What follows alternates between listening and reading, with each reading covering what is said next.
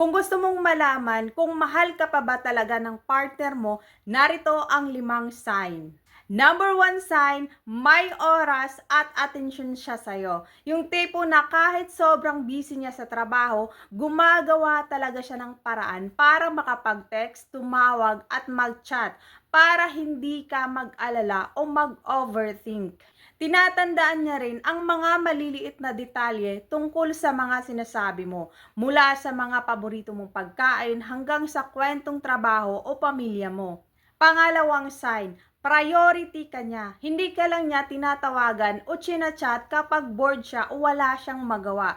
Kasama ka sa mga plano niya at naglalaan talaga siya ng oras para makapag-banding kayong dalawa.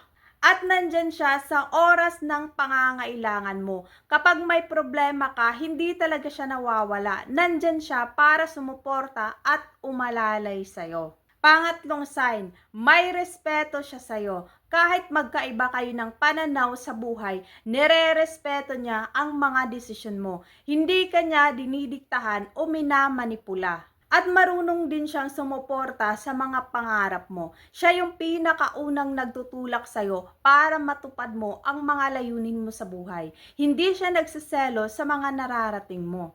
Pang-apat na sign, transparent at tapat siya sa'yo. Wala siyang tinatago. Komportable siya na sabihin sa'yo ang kanyang mga takot, kahinaan at mga plano sa buhay.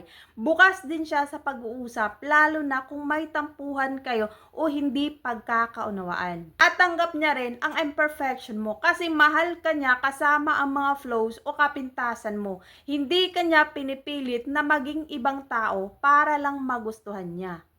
Panglimang sign, kasama ka sa future niya. Instead na sabihin niyang ako, sinasabi niyang tayo. Kapag nagkukwento siya tungkol sa kinabukasan gaya na pag-travel, pag-iipon at buhay in the future, madalas nakasama ka sa senaryo.